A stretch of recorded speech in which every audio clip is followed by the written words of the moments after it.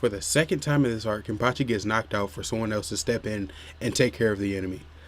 It's kind of getting annoying.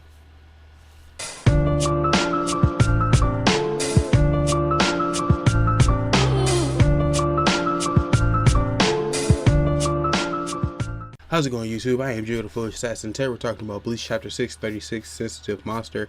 And this is a Pernida focus chapter, just like last week, and I believe the week before.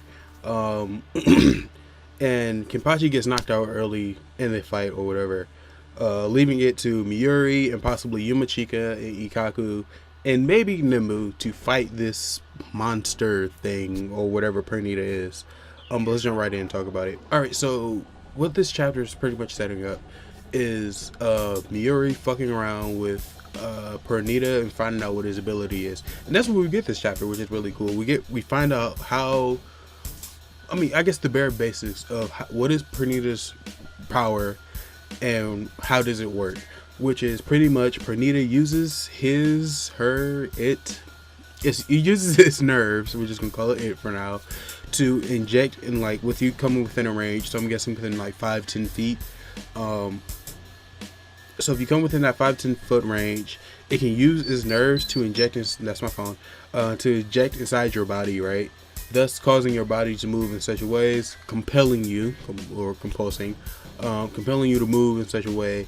And I guess Pernida's main purpose is to, like, to twist and crush your body into, like, balls or whatever. Like as we saw when Pernida used it against, I forget which Zero Squad member, the chick with the multiple arms, like how she did it with her, and as we saw with Kenpachi's arm, and also with almost she did with Yoraichi.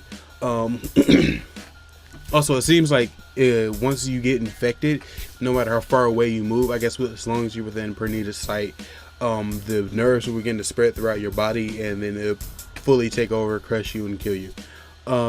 Which is good observing on Miyuri, but also bad for Kenpachi, because as we saw, Kenpachi, his arm started to, like, twist and mangle up, and he ripped it off, which is a smart thing to do. He ripped his arm off, crushed it, grabbed his sword, and he tried to go in for another attack, but at that moment, Miyuri, he tried to stop him, and Miyuri, I guess within fast thinking, he was like, alright, if it's causing the opponent to move, maybe paralysis will work. So Miyuri uses his Zanpakuto on Kenpachi. He stabs Kenpachi, paralyzes Kenpachi for, like, he uses a technique called 4 seconds of fear, or 4 second fear, or something like that. and paralyzes both Kenpachi and Pernida, which Miyuri breaks down that, okay, it must be Pernida's nerves. That's how it's working, since it's not, using any arms or whatever. Also in this chapter, we get to see Ikaku and Yumachika in the background with Nemu. Earlier in the chapter, they said, they was kind of going back and forth, saying, like, how we shouldn't get involved, we're just getting away, these two dudes are like monsters or whatever. They should have no problem with Pernida, and then Kenpachi gets taken out. So I'm wondering, will they have to step up to the plate and showcase any new moves that they have, showcase Bankai.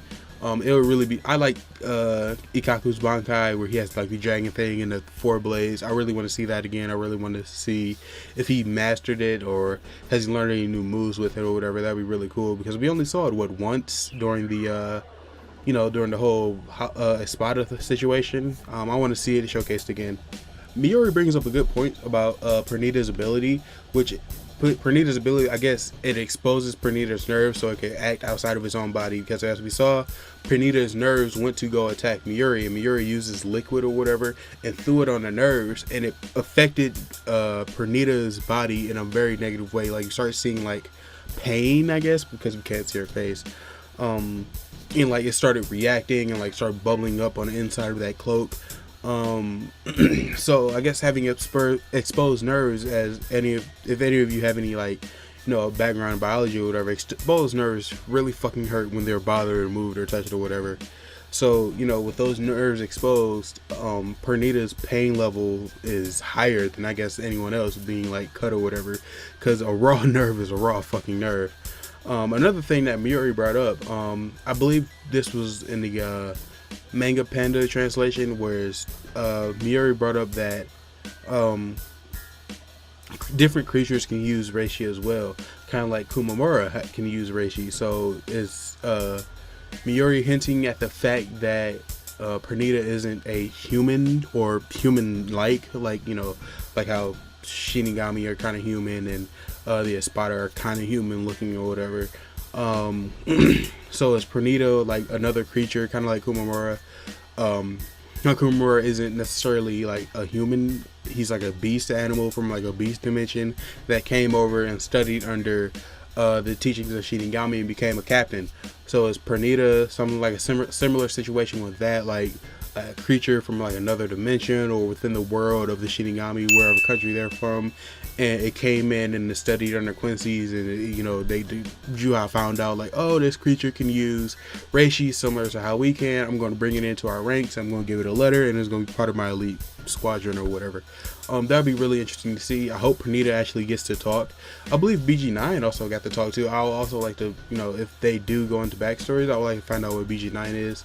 My theory is his letter was a knight, but that's something else. Just skip all that. Lastly, I want to point out that Pernida's ability seems to be working similar to how Juha had Ichigo kill the Soul King, where Ichigo grabbed the sword, and you saw like his blue vein activate, and he was moving, I guess, to the will of Juha.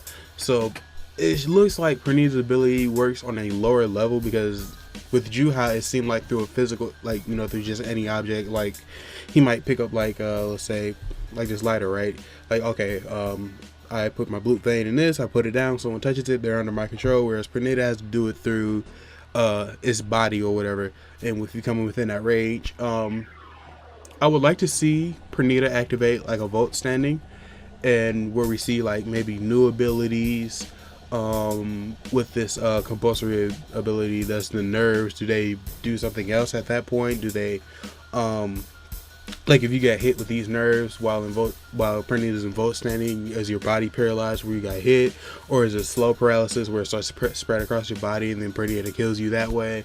That'd be a really interesting thing to see. But yeah, those are my thoughts on the chapters, guys. Leave your thoughts down below. What did you think of the chapter? Personally, me, I thought the chapter was okay. It was pretty good. I like the fact that we got a little bit of a basic breakdown on Pernida's ability. The chapter did kind of digress in quality as when Kenpachi got knocked out the game. More than likely they're going to probably drag him over to Orihime, or they're going to meet up with Orihime. Orihime is going to fix him up as good as new, probably even better than what he was healed before he got to the new Soul Palace. But yeah, it was pretty alright, pretty alright chapter. Again, the reveal of Pernida's power is a good plus. It looks like next week we're gonna reveal what Pernida actually looks like, which would be really cool. We're probably, if Pernida is some type of different dimension creature or otherworldly creature, we might get a background on how that works within the Quincy realm or whatever, or how Pernida came to be. That'd be really cool to see. But yeah, leave a like if you enjoyed this video. If you like my content, please subscribe. And yeah, sorry I've been away for so long. You know, I got some work things that got in the way and other life things, but now, you know, I can get back into making videos, especially on time. But yeah, that's pretty much it, guys. I am Gio the Foolish Assassin. I'll see you guys later. There's a war going on outside, no place to run and hide. Need to open eyes if you want to stay alive. Can't wait time when you trying to survive. Even when you die, your whole life should be alive. There's a war going on outside, no place to run and hide. Need to open eyes if you want to stay alive. Can't wait time when you trying to survive. Even when you die, your whole life should be alive.